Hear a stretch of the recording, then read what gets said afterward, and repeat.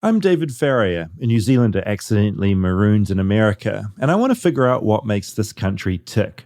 Now, if it's one thing Americans love doing, it's celebrating things by making a day out of it. Mother's Day, Father's Day, Valentine's Day, these are all distinctly American things that have spread their tendrils across the ocean to places like New Zealand. Sure, America didn't invent them, but they made these celebrations into what they are today.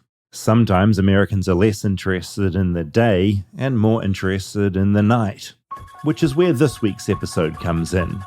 Halloween may have started thousands of years ago as a Celtic festival, but today it's dominated by America. From its obsession with pumpkins and trick-or-treating to massive pop culture monsters like Michael Myers from, well, Halloween, and Ghostface from Scream. America shapes what modern Halloween looks like. Now, he's taken his love of fear. Hello? Hello, Sydney. One step too far. Do you like scary movies? America dominates when it comes to October 31st. I mean, we have Halloween in New Zealand, but it's pathetic. New Zealand gets about as excited for Halloween as America gets for Canada Day. Halloween generates over $10 billion in retail sales here in America each year. The average American spending $60 each year on the holiday. Look, it's not the biggest day spending-wise. That goes to Christmas, then Mother's Day, Valentine's Day, Easter, Father's Day, then Halloween. But unlike Christmas, where you need a family, or Valentine's Day, where you need some kind of love interest in your life, Halloween is a day for everyone. Adult, kid, atheist, Catholic, Satanist. Halloween has something for you. So, start carving that pumpkin and decide what candy you're going to fill your house with. And make sure it's good candy or your home might get vandalized. Because this is the Halloween episode. Flightless, flightless, flightless bird touchdown in America. I'm a flightless bird touchdown in America. What are your thoughts on Halloween? How do you relate to it? How does it make you feel? I love Halloween. You get giddy. I do, and I get scared because I'm a It's big scary. fraidy cat. It is. You got scared at that introduction when Ghostface from Scream started talking. I screamed. The Halloween's fun though, right? So fun. Candy. What is it about it? This is all very foreign to me. Yeah. The whole trick-or-treating thing en masse. Everyone decorates their yards. Yes. There's those big, tall skeletons people get from a hardware store Yeah. and put outside their house. There's some here. There's some here. Yeah. What are you going to do at your house? So this is a problem with living in an apartment. I can't go all out. And actually, it's a missed opportunity. This was probably, I hope, God, the last year that this would have been possible. But I wanted to do a haunted house in my house. Oh, because it is a bit scary at the moment. It's 'cause scary. No offense to your house, but it's got some work to be done, It's doesn't it? dilapidated. That's such a good idea. Why didn't you organize this? Halloween's in a few days. and you still have time. There's time. I'm You have a whole month. You've got time. Guys, I'm so You're not that busy. Were you with us last year? I came here last April. Did you guys not invite me to your Halloween? Of course you were Yeah, it was like invited. your movie premiere. No, I was in America. Yeah, what did you do last Halloween? I was at home alone. No, you weren't. You were at some other You went party. to a You're party. so popular. I think I was somewhere else. Yeah, I Okay. was somewhere else that wasn't here. Okay, well, every year here for the past 2 years, and it's a running tradition now, Dax does a hayride in the neighborhood. He puts hay all over his trailer, and we all get in it, and he sits up front. He's the conductor, and he blasts music, and we drive around the whole neighborhood. And then people in the neighborhood come in and ride in it for a bit, then they pop out. It's This sounds amazing. so fun. I am confused because I've seen advertising for a haunted hayride somewhere around here. Should we, guys, we should do that. It's so fun and scary. Is it? I love how excited Yeah, you are look at your viscerally getting face. about this. You're like a child. Your legs are kicking in the air. I love it But and I can you hate explain where it comes from? Is that because Halloween's a harvest festival and so there's hay? Why is the hay? And why is it it. a ride? I have always kind of wondered about why there's Is it just because it rhymes? Haunted hay ride. No. It's haunted hayride just because hayrides are a Halloween thing. Okay. I guess because, Fall. scarecrow, fall, Okay. all of that. Yeah, all right, I see. In Griffith Park, they make it haunted. So you're on the vehicle. Uh-huh. You're being driven. Yes. And there are ghouls Yes. in the hay? They pop out. They and pop like, out? Yeah. Wow. It's fun. Okay. I don't think we get the full Halloween on the West Coast because so much of Halloween on the East Coast is autumn happening. It's the leaves falling. changing. Yes. Yeah. That's true. But we can still pretend. Yeah. I buy pumpkins and I put them out. So I can't do my house, but my apartment, I did my best, which is I put a wreath up on the door. Okay. It's a skeleton wreath. Pottery Barn. And then I have a mat that says, what's the Harry Potter? Boo or something. No, it's a Harry Potter word. Okay. Alhamora. And it means like light up the space or whatever. Wow, that's cool. And it lights up. It lights up. Yes. That's really neat. I and like then that. I have garland. And are you getting I these have new velvet decorations pumpkins. every year, or are you putting them away and you get them out each Halloween? Is it like getting the Christmas tree out from under the stairs? Exactly. You reuse stuff, Okay. but also I'm wasteful, so I buy new stuff. And okay, also, this whole pumpkin thing, they're everywhere. Everywhere I go. Yeah. I went to a market the other day. There's just piles and piles of pumpkins. Yes. Are they for eating or for carving or both? They're for both. Okay. But mainly for carving Okay. and mainly for decor. Some of our friends do a pumpkin carving every year too. That's what's so fun about Halloween. And fall. It's There's togetherness. Yes, there's a lot of community. There's a lot of traditions. We do a pumpkin carving every year. Everyone brings a pumpkin and then we all sit outside and they have tablecloths out and then we Okay. carve. Have you ever carved a pumpkin? Never. Okay, it's really fun. So you get your pumpkin, you get tools, then you carve out the top, and then you have to clean out the inside. It's very gunky. You empty it out. Yes. Okay, empty out the gunk. What do you do with the gunk? In the bin. So In a stew. nope. No. You do put it in a big bin. And then what's fun, if you are the hostess with the most, is you take all the pumpkin seeds out, you clean them, and then you put seasoning on them, and you roast them, and then you eat them. Oh, that's nice. It is. My other question. Okay. Starbucks goes bonkers. Pumpkin everything. That's a whole thing. PSL season, pumpkin spice latte. Who is getting that shit? It's like real basic. David, Like why are what? you grumpy on Halloween? No, I'm not. I want to understand. This Okay. is coming from a place of not understanding. Okay. I just want you to turn your frown upside down Okay. because it's Halloween and it's time to enjoy yourself. Just embrace it. Yes. I will have one large pumpkin chai latte, please. No. Extra spice. Pumpkin spice latte. Pumpkin spice latte, extra size. Extra size. I'll order them now. They'll be here by the end of the No, recording. Okay. no. Actually, Try one, yeah. I'm going to pass. They're not my fave. Here we go.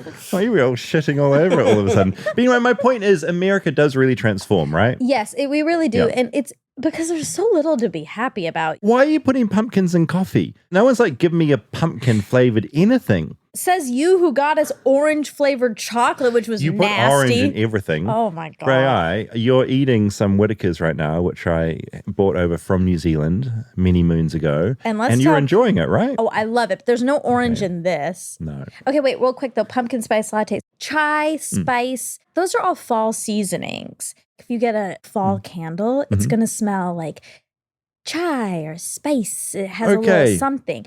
So that's why they want the spice latte, but it has to be pumpkin because Halloween, you get it. I'm getting there slowly. I went out and talked to some other Americans about what Halloween meant to them, and this is what they said. What are you doing for Halloween this year? Maybe go to my church, do a little Halloween party at our local church. Usually they decorate cars, vehicles, just something fun for the kids. Sometimes hamburgers, free food for the neighborhood. What is your best Halloween experience? Oh man, honestly, probably in college had pretty good house parties for Halloween. Everyone has good costume ideas in college. Another American holiday that we've just decided to make a party, like Cinco de Mayo and St. Patty's Day, and you get to dress like whatever you want. Sounds like a party. Yeah, it's an excuse to party. Consume. Consumption. What does Halloween mean to you? Fun times. Well, I'm from Detroit originally, and October is such an important time for us. It's harvesting, the leaves are changing, pumpkin patches and cider mills. So it's a big part of where I'm from in Detroit. Yeah, it's my favorite holiday. It's the night when all the spirits get to walk the earth with everybody else. Hello. Oh, he's only a bit spooky again. Oh my God, I got scared towards at the end. I got Yeah. scared. Okay, so you've never dressed up for Halloween, Never. but you're going to this year. This year I will. So the slight problem is I still haven't got an outfit yet. What do you think I should go as? A cinnamon stick. Big old cinnamon stick. Oh my God, that'd be great. It's actually a really good idea. It is. It is a good idea. But you might look like a poop. You know that episode of Friends where Ross is Duty? What are you going as? Apple Pay. What is Apple? What the? Apple Pay? Yes.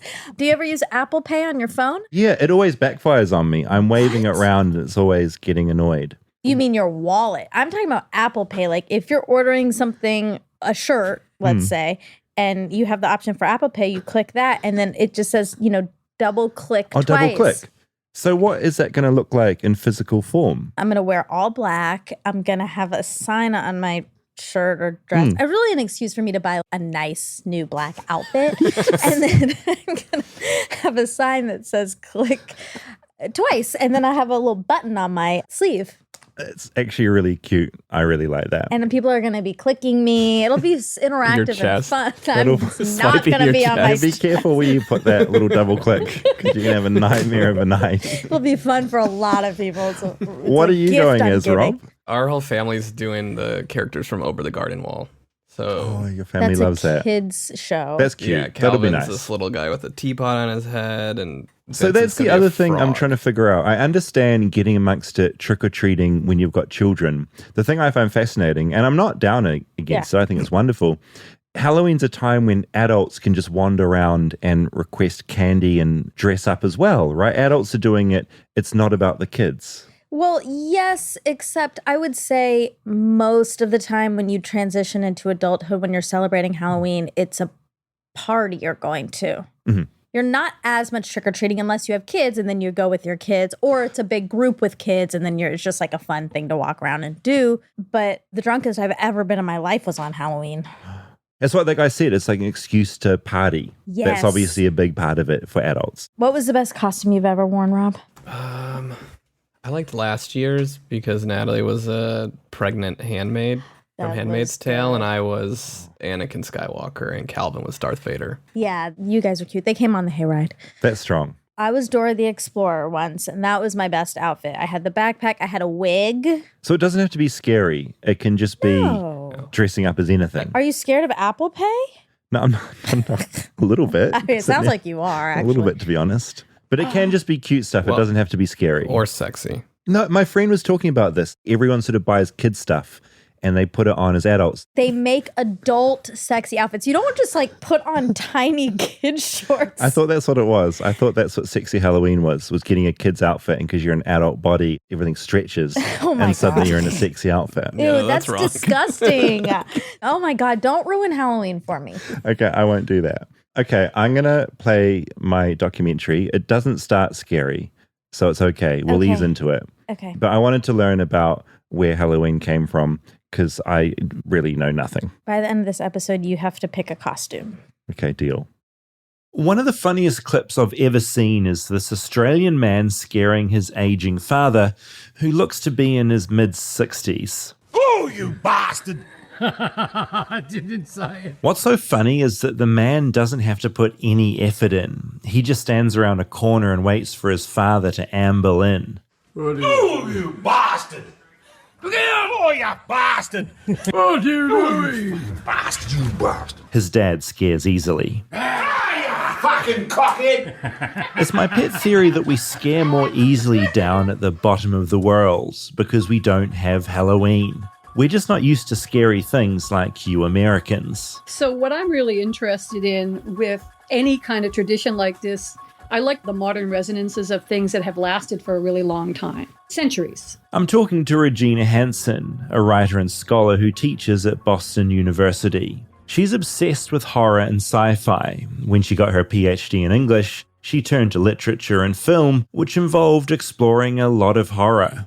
I explain we don't really get big into Halloween down under, and she blames the fact it's spring in New Zealand when Halloween rolls around. You don't have the same seasons as we do. The cool Halloween scary stuff is still there, but the thing that makes it, this is fall, we're going to have Halloween, you don't have that. So it makes sense. How important is the season? I'd never even thought about the weather and Halloween being linked in this way. Well, so it's super important historically and, in terms of folklore being passed down because it was a harvest festival. It was called Samhain. That's why Americans love their pumpkins so much. It's all thanks to Halloween's harvest festival roots over 2,000 years ago. Except back then they used turnips, not pumpkins. It was a harvest festival. They called it Samhain. It was mostly in whatever the Celtic-speaking areas of the British Isles, into France as well, like in Brittany and places like that.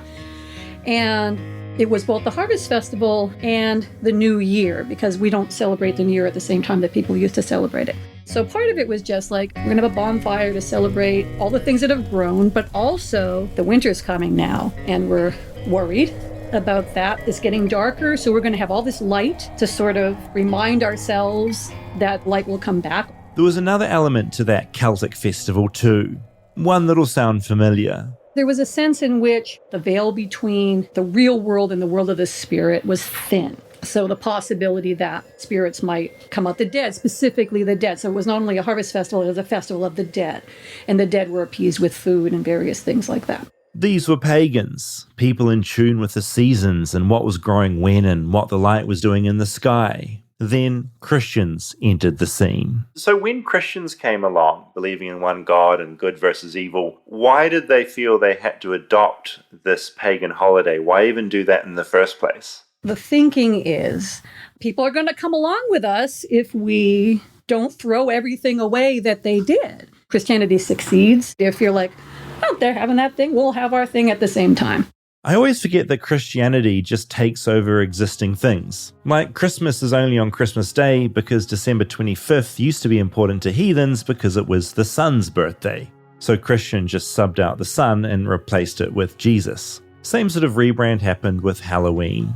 In the 7th century, they had established this holiday called All Saints' Day, which is the day on which saints that don't have their own day, that we don't know, just really good people that died in what they call a state of grace. But we don't know them, but they still need a day to be celebrated. And so that used to be in May. So what they did is in the 9th century, Pope Gregory, he said, why don't we put that around the time of this other holiday? They're celebrating the blessed dead. We'll have All Saints' Day, November 1st, and then the next day we'll have All Souls' Day for the souls in purgatory who didn't die in this day of grace, who we're praying for, and who we want to eventually go to heaven. So yeah, Christians made November 1st All Saints' Day, also known as All Hallows' Day, and so the day before, October 31st, was All Hallows' Eve, aka Halloween. They did a lot of the same stuff. There's a combination of scaring away evil spirits and honoring the dead. Scare away evil spirits by ringing bells, and they honor the dead by lighting these candles, and they also go around and get offerings, which they called souling.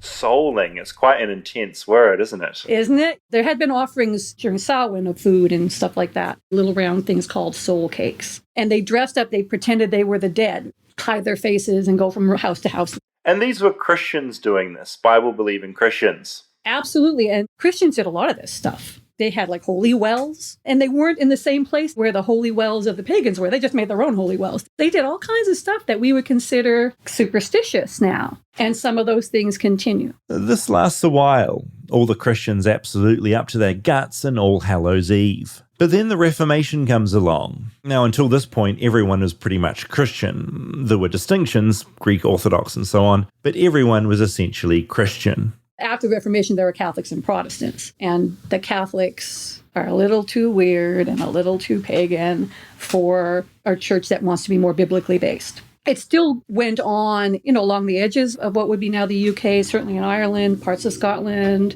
but yeah, it pretty much stopped being a holiday. Basically, the Catholics liked to get their Halloween freak on, but the Protestants hated Halloween. So for a while, it fizzled out. But then Halloween came to America, thanks to rowdy Irish and Scottish immigrants. So there is no Halloween happening in America until mostly Irish immigrants, probably some Scottish immigrants as well. And they brought it over, and it involved getting dressed up and going around and asking for stuff on that day and carving these jack-o'-lanterns that pretty soon they figured, we'll do it with pumpkins. And There were real issues with it when it first came over because it was a very wild holiday. All Saints' Day was a very peaceful, holy holiday, but Halloween was wild. I mean, it sounds like the Purge or something. People were just out there going kind of nuts. What was it like? It wasn't like going to people's houses as much. It was big parades of people.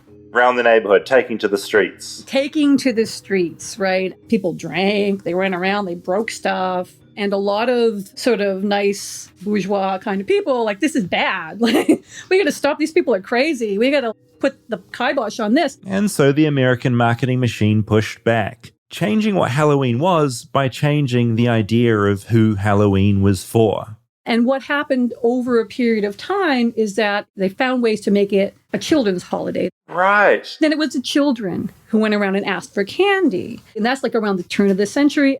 And then little by little, people go, oh, hey, kids are going around asking for candy. But they're also like bobbing for apples, which is a really old tradition that goes back to the Romans. They are still lighting these jack-o'-lanterns. They're still having bonfires and doing all this stuff, but it's for children. It's like a family thing. Halloween had evolved, and relatively quickly. And then once kids with soft, malleable brains were involved, America did something very American. This is where capitalism comes in. They go, hey, these kids are going around asking for candy. We better have some Halloween candy ready for them. The creation of commercial candy goes hand in hand with the celebration of Halloween. This is a Halloween commercial from 1981. A forlorn little kid dressed up as a cowboy sits down next to someone dressed up as a ghost. Take some of mine. Wow, Hershey bars, Mr. Good Bar, Kit Kats, Rulos, whatchamacallits, Reese's, all my favorites. Let's go get some more. It wasn't subtle, but by now, in the 70s and into the 80s, Halloween had come to represent different things to different people. Halloween just keeps adding to itself. At some point, like in 50s and 60s, we get people realizing that this is a great way to be able to show who you are without having to show who you are every day. So there's a lot of queer people who really embrace Halloween. There are groups of people at different times who embrace it for different reasons. I was super curious about what Halloween came to mean for modern America. So I got in touch with Justin Sledge. Justin's a professor of philosophy and religion, and he loves spooky shit. The early function of Halloween primarily was kind of whimsical, kind of spooky, but mostly it was about young men and women being able to get together into a room and do spooky stuff that allowed them to maybe cross stodgy lines around sexual connection or romantic connection. You know, a big thing on Halloween was trying to find who your future mate was, where you're bobbing for apples and the same thing. So I think that in the same way that Purim in Judaism operates as the kinds of way that the world becomes topsy-turvy and you can kind of say things you would never be able to say or do outrageous things you could never do. Halloween in the early 20th century allowed people in a pretty conservative social environment at least a day where they could dress up in costume, they could be a little bit more unconventional. So I think that in the early 20th century, it was popularized because it was a day in which you got to escape a lot of that super conservative, sort of Edwardian era constraints. And if you want to read some of these great texts, the bogey books and stuff from the early 20th century are great little pieces of Americana about how to throw a good Halloween party. And they give you a great insight into what early 20th century Halloween is. I went and found one of the bogey books, an edition from 1920. It begins with a how-to guide for throwing a lively home Halloween party. When your guests arrive, the door should swing open, apparently unaided, and the hall should be entirely dark except for a few very faint green lights that may be followed to the dressing rooms. Another chapter was about how women should celebrate Halloween, which was mostly about cooking and baking. Justin said there was that version of Halloween in America. Then the new version came along, the one we know today. As we got into this period of the 1960s and 70s and 80s, as America really was a pretty anxiety-inducing place, I think that in the same way that we see a huge spike in horror films in that time, like slasher films and exploitation horror and all kinds of other horror, the function of horror psychologically, I think at some level Aristotle gets right when he analyzes tragedy. It's a way for us to undergo an ordeal. We undergo the ordeal in a very terrifying way. We are hunted by the monster, we encounter the monster, and we defeat the monster, and we get to come out the other side, and maybe there's a cliffhanger and Jason's still alive somewhere, right? So, rinse and repeat. The horror movie allows you in a very microdose to deal with the anxiety and the horror of the world and get through it and get on the other side of it, and you get the experience of catharsis. Again, when I think of Michael Myers, right, sort of that last scene where you can just hear him breathing and everywhere in the suburbs is now terrifying, where the suburbs used to be the precise place you go because things aren't terrifying, that's sort of that moment. And that's why I think that movie is so iconic in so many ways. So as the world has gotten more and more unstable, as we've drifted more into a world where social conventions and gender roles and social classes and all kinds of other aspects of American society have broken down, Halloween and horror films work as a kind of circuit by which we can be super sexy in a way that we would never be super sexy in our normal life. We can be super scary. We can embody the very horrors that give us that catharsis. As we've gotten into this post 9/11 period where I think anxiety has actually increased and social isolation's increased, spooky season's gotten longer and longer and longer. And I think that elasticity of the spooky season is because we are facing more anxiety, more depression, more horror. We have AMC playing 30 straight days of horror films. The need for catharsis has only gotten higher. I mean, if you've seen some of these haunted houses that exist now, they're positively nightmarish.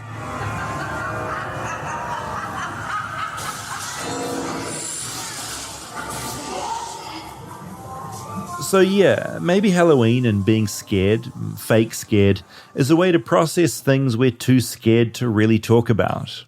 I checked back in with Regina. I quickly wanted to address some Halloween myths, things many Americans might assume are real, but apparently aren't. So when I was a kid, there was all this talk about the candies being poisoned, and your mother would look through and then they'd make the apples and make sure there was no razor blades in the apples. And we were very, very careful with the candy. But I found out that the only incident of the razor blades was either parents or grandparents doing it to their own kids. Oh my goodness. And that became this urban legend that it was something you had to worry about. Isn't it funny, though, that people who are willing to just give kids candy for free are really just willing to give kids candy for free? They don't want to kill them. You know? Do you think Halloween is the best holiday in America? Because, I'm learning about Thanksgiving as well doing the show. Thanksgiving's pretty good. It's sort of big meal, Christmas, presents and whatnot. You've probably got some other festivals I haven't even heard of yet. Where does Halloween stack up in your mind? I love Halloween's my favorite. Halloween doesn't ask anything of you. Thanksgiving has its problems. Oh, absolutely it does, yeah. And Christmas, not everybody can celebrate Christmas. No, it's not for everyone, no. It's not for everyone. But Halloween, depending on how you decide to celebrate it, could be for everyone. It has religious roots. It's also very secular. It's very capitalistic, but it doesn't have to be. It can be something completely different to you. Rather than say, oh, this is a terrible thing, it's only for certain people, or it's only for kids, or it's only for whatever, bad people, or this is a chameleon of a holiday. It really can be anything you want it to be. Stay tuned for more Flightless Bird. We'll be right back after a word from our sponsors. Now, a very quick word from our sponsor, BetterHelp. We talk about our physical health a lot. We're getting better at it, but we need to talk more about our mental health, and that's where BetterHelp comes in. What's a problem you've been having that you want to talk to your therapist about? Well, this is just your way of getting stuff out of me. You're not my therapist, Monica.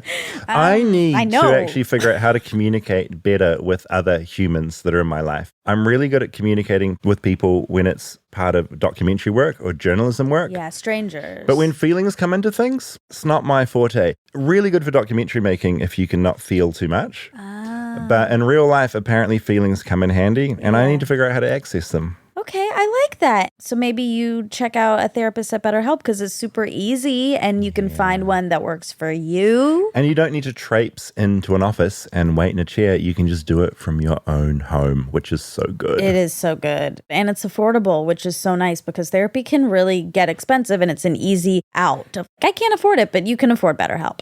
You can get matched with a therapist after filling out a really brief survey, and you can switch therapists at any time because I think it's really important to find one that works for you. When you want to be a better problem solver, therapy can get you there. Visit betterhelp.com/bird today to get 10% off your first month. That's betterhelp.com/bird. Flightless Bird is brought to you by Masterclass. Now, with Masterclass, you can learn from the world's best minds anytime, anywhere, and at your own pace. You can learn how to play tennis from Serena Williams, improve your writing and poetry skills from Amanda Gorman, or learn intuitive cooking from Roy Choi.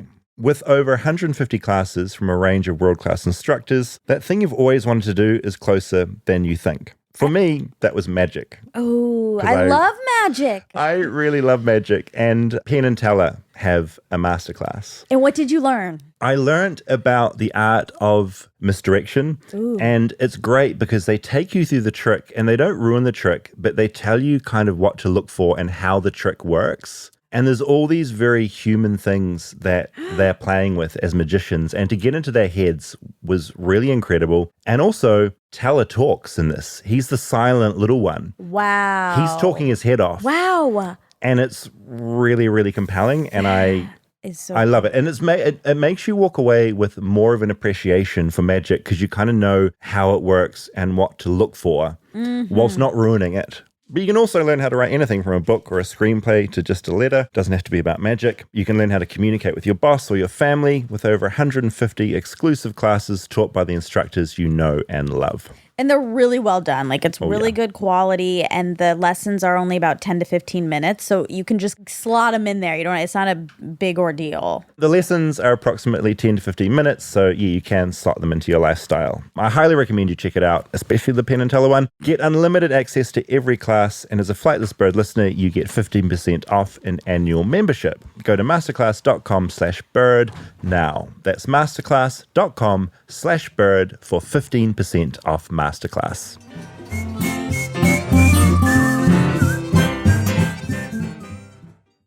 I really like that expression, chameleon of a holiday. Yeah, I like think it that. sums it all up. It is really inclusive.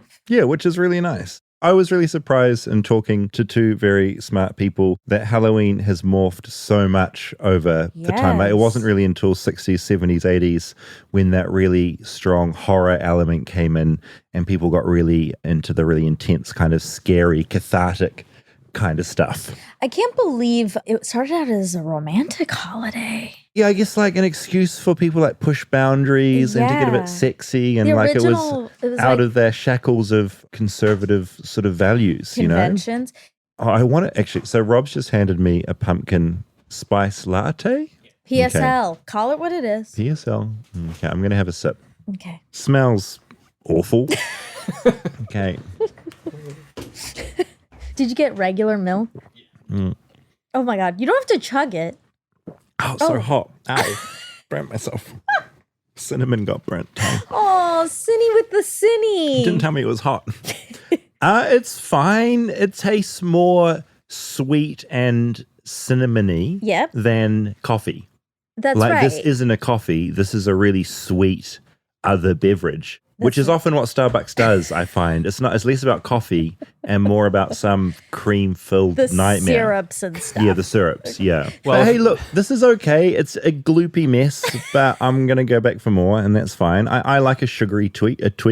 I like a sugary treat. Okay, so a few other things. The myth about razor blades and apples, that had reached New Zealand. I found it remarkable that myth actually came from awful parents doing it to their own kids. That's where the myth started. We learned about this in a fact check on Armchair. It happened once, and yes, it was a dad who did it to his son. Isn't that amazing? Suddenly in New Zealand, I'm being taught, watch out for razor blades in your apples when you're bobbing for them. And also on water slides. So we had a myth that when you go down water slides, some people that go in front of you will slip a razor blade into the cracks and the joins in the tube so that when you go down, your whole back gets sliced open. My God. Sounds awful. Which is horrific. Well, in mine that I still am affected by is in the movie theater seats, there are needles with AIDS. Oh, God, that old classic. Like the HIV AIDS fear mixed in with the darkened theater. Yes, and so you always have to check the seat before you sit down. I obviously know that doesn't exist, but there aren't AIDS in the seats at Regal or ArcLight, but I do check. It's just habit built at into this you. point. Have you ever looked at theater seats when the lights are up in a theater? I don't want to do that. It's a nightmare. Never do it. Horrific. You'll never want to sit down again. I'm not doing that. Okay, but that is what I wanted to bring up to the razor blades, because Dax told us that there's a new one this year. There's a new panic. What's the panic? That the candy is laced with fentanyl. I heard about this somewhere. You did? Right, that's the thing. That's the new fear. And Well, I'm afraid to say that's bullshit because if someone dies because of this, I'll look bad and I care about how I look. But No, but potentially there's some psychopath out there that'll...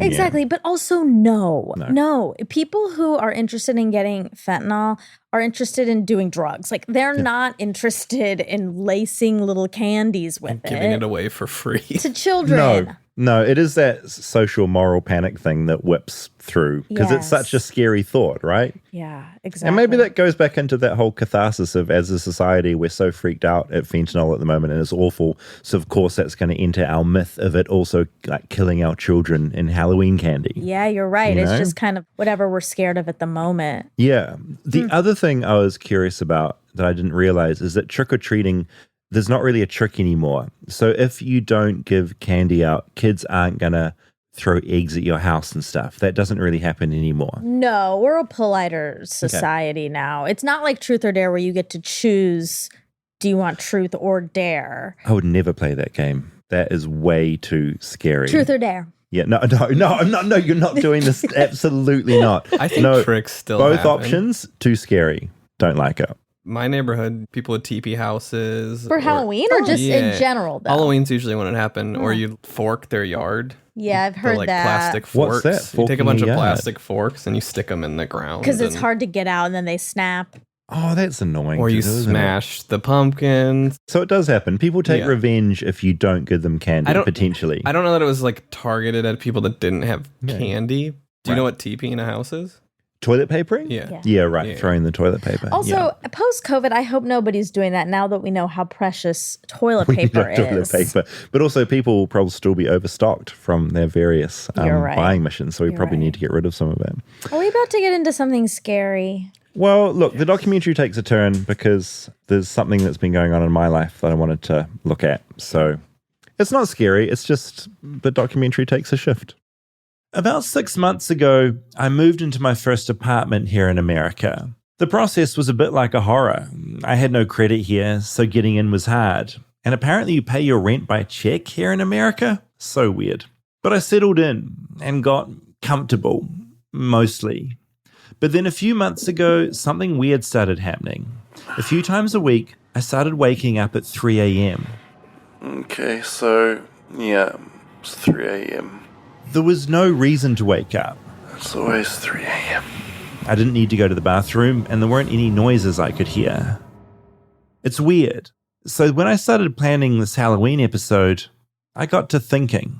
I'm Priestess Mata, and I have been a priestess for over 15 years. It's my working theory that maybe a ghost is waking me up at 3 a.m. It's the only reason that makes any sense. And with Halloween around the corner, it seemed like a good time to sort this problem out. I'd read an article on Realtor.com headlined, "Have Ghostly Housemates? Maybe your home needs a spiritual cleanse." So I googled spiritual cleanse and came across Marta, a priestess who knows a lot about spirits and ghosts. She agreed to meet me, so we set up a Zoom. My work of priestess services, which is house blessings and oracle readings. I'm a priestess and a seer, so I don't need cards. I'm curious, when you found out that you have abilities that the rest of us, or a lot of us, probably don't have. Very young, I heard things, I knew things. My mother passed away when I was 8, 9 years old, but I knew it when it happened. The phone rang and I'm like, oh, I knew what happened. So I think possibly that might have been it. Before I told her about my specific problem, I wanted to get an idea of Marta's abilities. I think my first house clearing and blessing was quite an event for me because as I was clearing this house, I saw at the end of a hallway somebody running towards me. And apparently the spirits were kind of stuck in the hallway. And I could see them mostly, you don't look straight at them, but you see them out of the corner of your eye. When you look at them, you don't see them, at least in this instance. And so I started to clear the house with sage. And there was like this old man, was kind of angry, that was living there. And he kept blowing the sage out. So I went and got a lighter, and he'd blow it out and I'd light it. And I said, that's it. He'd blow it out and I'd light it. I said, you're not doing this. No, you got to go. This is not your house anymore. You have to go. And so as I was clearing the hallway, this Japanese woman came from the end of the hallway, walking towards me, and she was bowing and she's speaking in Japanese. And I don't know Japanese, but I started bowing and speaking in Japanese to her. It was unbelievable. Then things got more unbelievable as she explained she doesn't do this work alone. Years ago, a giant creature entered her life and sort of teamed up with her. When I say giant, I mean giant. It was about 2 stories high. It was a huge room. And in through the walls, because, everything goes through walls, walks this pasta sphinx. And so he was some kind of a combination of a pastos and sphinx, because I asked, what are you? And so he walked in over 2 stories tall. Oh my goodness. I was kind of shocked, but I'm like, okay, I'm going with it. I greeted him and I said, well, thank you for being here. I didn't tell anyone else. There were a lot of people in the room. No one saw him. I was the only one who saw him. So this being has been with me. I could call this being anytime I want. I just think about him and he's here. He's huge. He's flying up the house. So he's above the house now.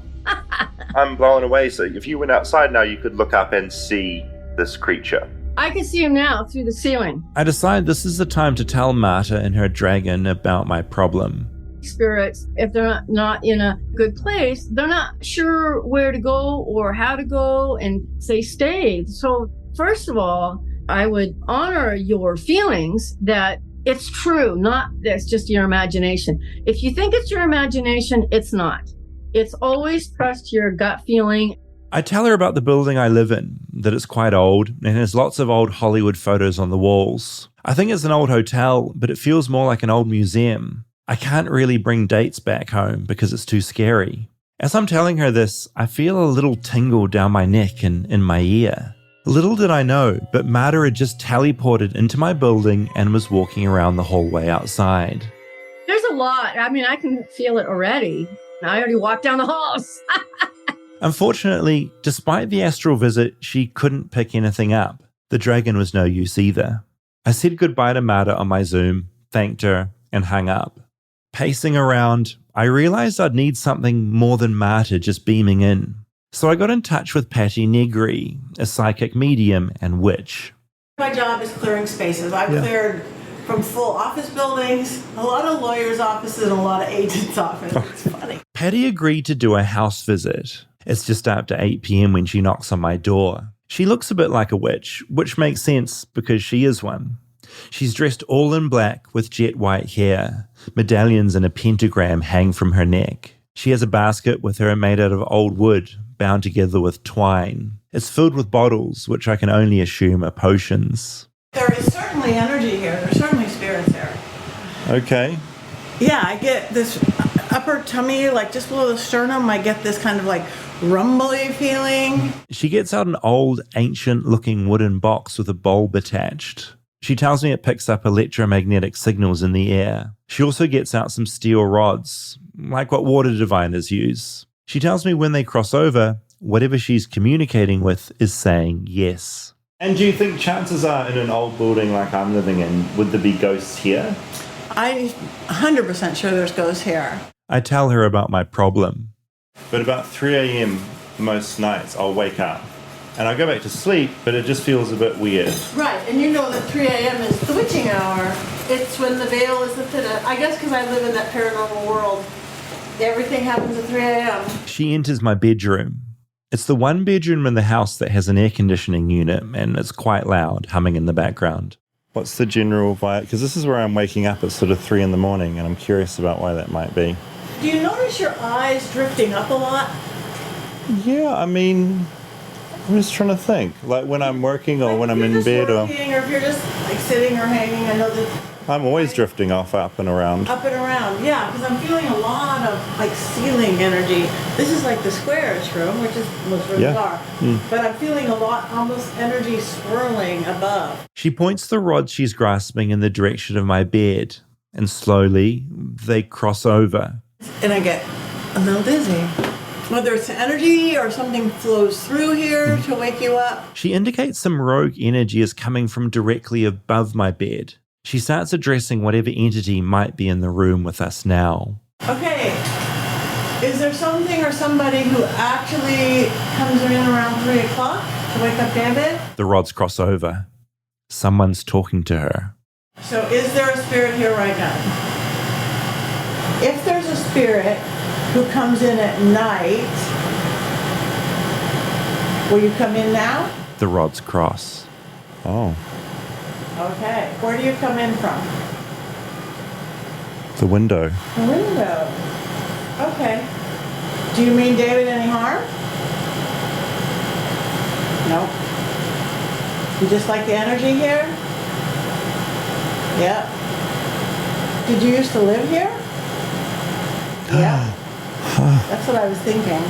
Yeah. Yeah, and again, if the veil between the worlds is the thinnest at 3 o'clock, you're kind of asleep or not at that time. So do you just like to come visit your own place? Yeah. Someone that used to live here is coming in through the window and just sort of checking out their old place. Yes. Yes. I ask if she can tell it to stop waking me up. Can you try to avoid waking up David? No. No. They refuse. Will you try to be more energetically quiet? Yeah, maybe. Maybe. Whoever this ghost is, they're stubborn. What I'm feeling, I'm seeing like literally, probably kind of a Hollywood guy. I mean, we are Hollywood.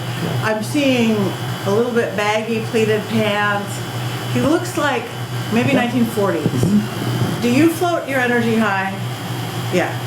So to clarify, at 3 a.m., a Hollywood guy in baggy pleated pants drifts in my window at 3 a.m. and hovers above my bed. The next time I wake up at 3 in the morning, can I say anything or can I communicate? Can they hear me? Is that not a thing? That's completely a thing, and I would highly recommend it.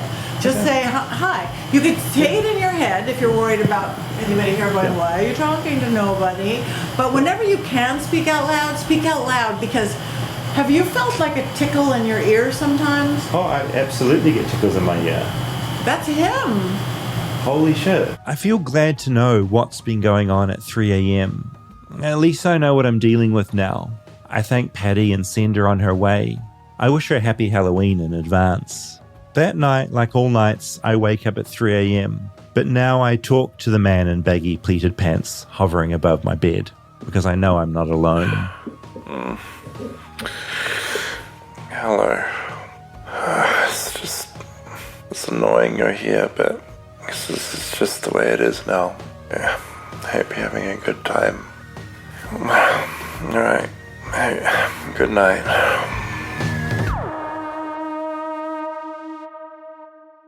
So I want to clarify a few things. I do get only at my house tickles in my ear. Stop it. When I'm in that room. Hate. Only when I'm in that bedroom. I think that's some evidence towards it. And also, I'm still this morning, every morning, 3 a.m., still waking up. So he refused to leave.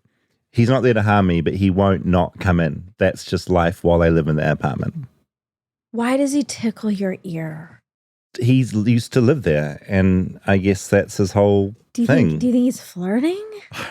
A horny ghost. I mean... Or horny 1940s ghost in pleated pants. The woman that teleported in didn't pick up anything, but she wasn't in the house. That's why I had to get someone to come into the house. Yeah. I don't want someone teleporting in while I'm viewing them on Skype and with the dragon.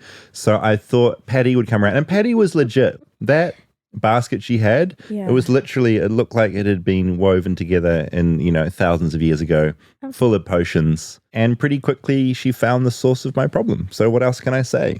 Okay. Do you think there's a even small chance you brought him in here today? I'm nervous. Have you found any... Stop. Sort of tickling? Stop. Because no, I mean, the thing is he's on the move. No, what I gathered is he's just in that room. He comes in the window and he leaves and it's okay. I don't think he follows me. I think it's just at my house. If you ever come to my house at some point, I'll take you into my room and you can feel the energy and see if you feel a little tickle. Never. I feel like you made all this up so I would never come over. Like I will never step foot in that house. No, but honestly, I laugh, but it is like waking up at 3 a.m. every morning is so fucking annoying. and I'm getting really sick of it, but it's been happening for a long time. I feel better knowing maybe what it is. And I just have a little conversation. I just say, look, hello again. I'm going to go back to sleep. And I'm trying to get him at the moment. What I'm trying to do is just talk him into not coming back. I feel if we get that dialogue going, then maybe one day he will just not come in the window. He's floating 3 feet above me, looking down at me. Do you see him? No, I just feel him? wake up, just a feeling. What does it feel like besides the ear thing? Yeah, when he's inside your ear. What does the sex with him feel like? No, it's don't belittle what's No, I'm happening to not. me, you know? Don't belittle my experience. I'm not. I told you, you have to move. I'm serious. Yeah, it's hard. Property's hard in LA. You know, I found this little place. I like my little apartment. During the day, when it's not 3 a.m., it's great. 3 a.m. is the only problem. If 3 a.m. is the only problem in my life, I can deal with that. Well, can you cleanse it with the sage? So for a price, she can possibly come and clear it out a little bit further. She gave me some chalk and some salt to put around the windows. And she's also given me some spells that I can do. But I haven't gone down that path yet. Why don't you just move into like the living room? Put your bed in the living room. Right. That's a good You don't have people idea. over that often, right? Yeah, no, I don't. No, I could just move and start living in the lounge. Yeah. And just have my bedroom as sort of an office or something. Helix sleep won't get me sleeping in that bed anymore. Just this old man sleeps in there now. We could get a ghost to do an ad for Helix Sleep.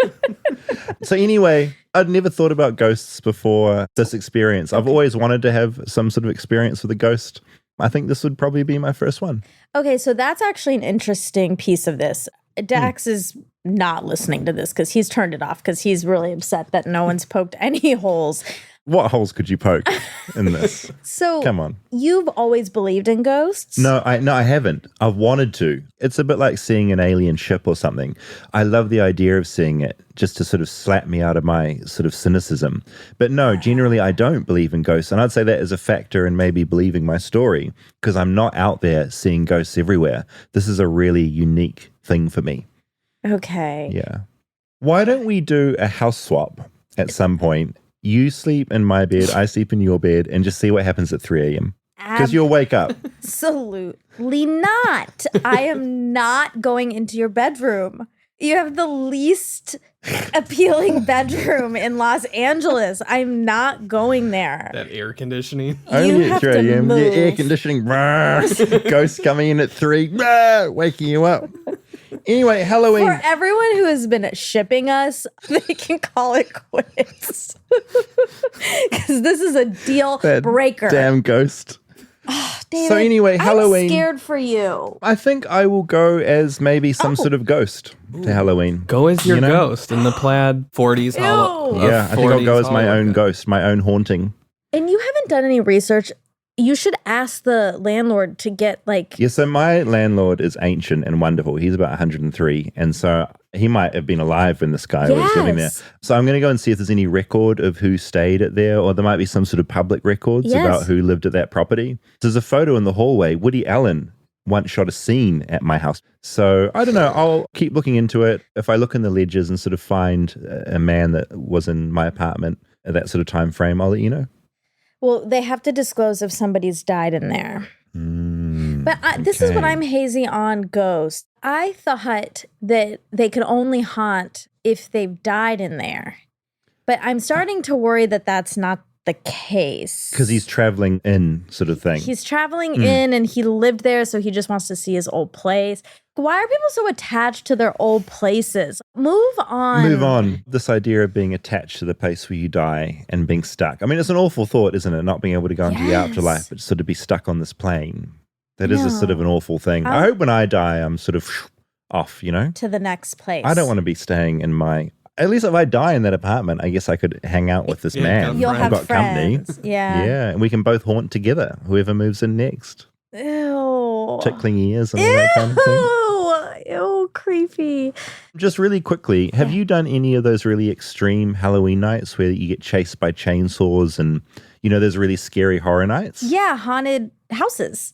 Haunted houses. Yeah. Have you done any of those? I know the Universal puts on a big thing where you go and it's just so intense and scary. And do you do all that shit? I've never done one in LA, besides the haunted hayride, but I want to go to Universal Scary Horror Nights. They go all in. They're quite freaky. They are. And I used to, when I was younger, I would go with my friends to haunted houses in Atlanta, and it's horrifying. You are gonna die. You're gonna die in there. It is like a cathartic thing, right? It's experiencing death and murder and scary shit without actually dying. My philosophy on it is it's relief. The feeling of relief at the end of that is so worth the experience. You never feel that happy to be alive. I mean, how scared are you on a 0 to 10?